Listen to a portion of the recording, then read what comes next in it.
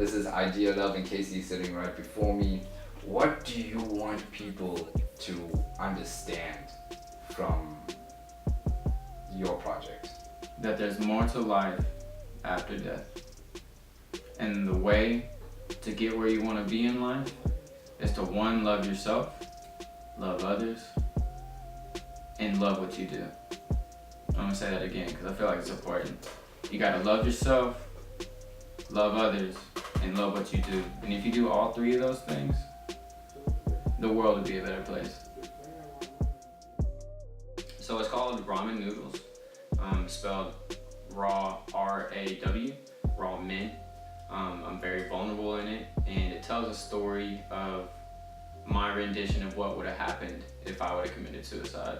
People feel like they're stuck in the Matrix. People feel like what they do doesn't matter. The main character is entered into purgatory, and the story moves on from that point as the character moves throughout the story. He has to overcome some trials. He has to meet a couple of new people. He has to face his biggest fear, and at the end, he realizes that he really didn't change anything after killing himself. I would say that a lot of the music that you're going to hear on there has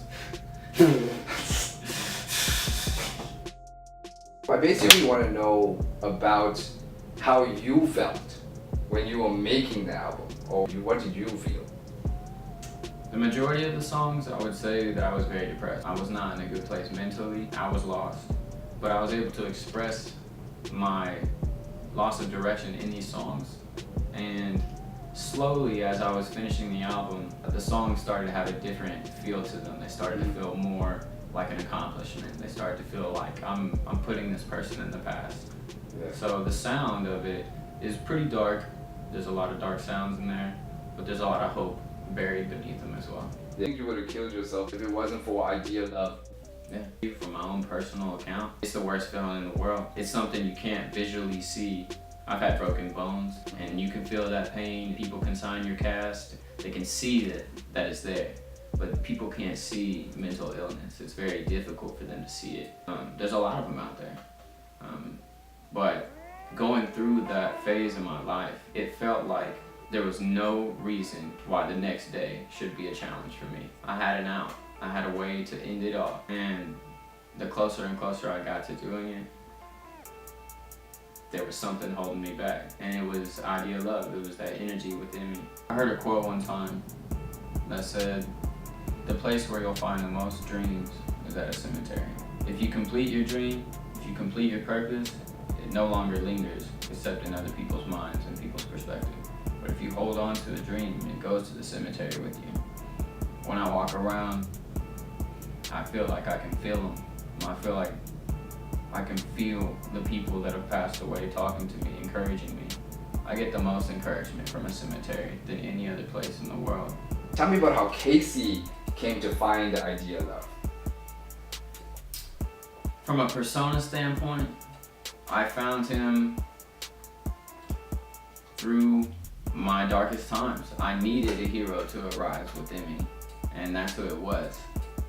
As far as the sound goes, I found that through Kurt Cobain, through Freddie Mercury, through Lil Wayne, through all my different influences throughout my life, J. Cole especially.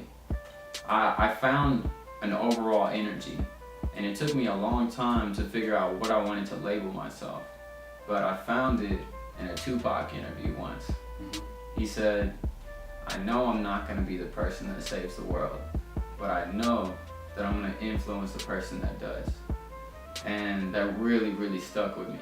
And I was trying to think of something that was bigger than myself, something that will live on after I die. And that's exactly what an idea is. An idea can be dormant for thousands of years and then pop its head back up. Tell me about the build up towards where you are now. Well, the light, it starts with my mother. She brought me into sound. She's the person that allowed me to express myself more than any other person. And as far as the light goes, I just try to be more and more like her every day, to be honest. The light within the music is her pushing me to keep going. When did you make the change to stop listening to music and start making music? What was that like? It was a joke. to be honest. Not a lot of kids have access to making music and recording music, or even somebody that even knows how to use that stuff.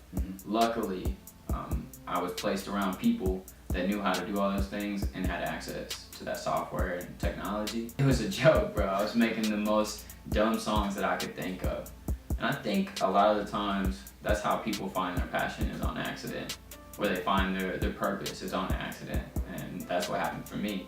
After a couple of months of kind of goofing around, I felt a spark inside of me. It became alive, and it gave me a reason to be here, and that's what I need. When you found idea and now you made this mixtape and now you're moving to Austin, how do you feel about Denton?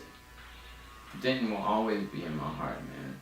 I have a few places that even if I get Alzheimer's and I'm an old ass man, bro, I'm still gonna remember those places.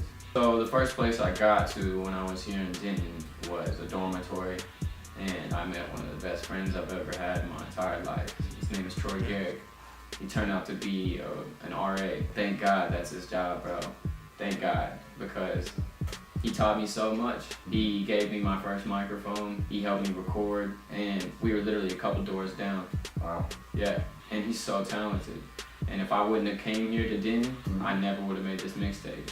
So shout out to Mozart. That's where I stayed. Yeah. That was the name of the building. Yeah. If you're the sender and Idea Love is the receiver, or vice versa, how do you communicate navigating through all that noise in between to others that go through this? You gotta put the phone down. Put the fucking phone down, man. And just get into a room that doesn't have any distractions. No TV, no phone, nobody in there.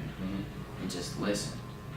I'm gonna say that again because I feel like it's important. You gotta love yourself, love others, and love what you do. Get out here.